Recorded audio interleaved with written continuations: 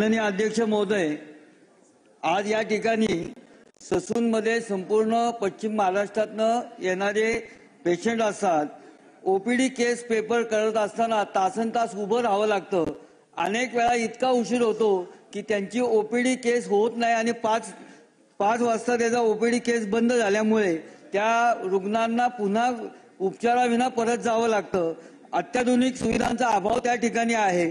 त्याचबरोबर liver transplant सारखे जे महागडे उपचार आहेत त्या ठिकाणी ते सुरू होणे आवश्यक आहेत.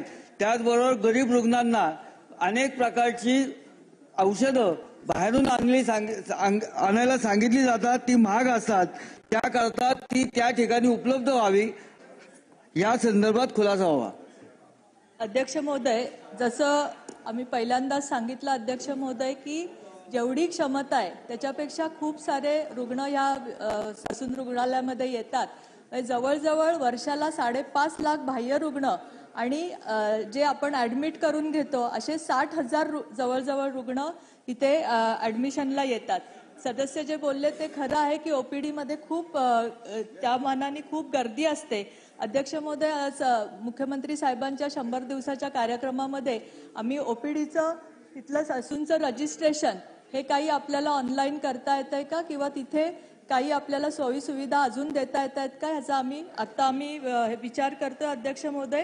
आणि दुसरी गोष्ट औषधाची, जवळजवळ आपण वर्षाला आता 12,94,00,000 औषधाची खरेदी केलेली आहे अध्यक्ष महोदय.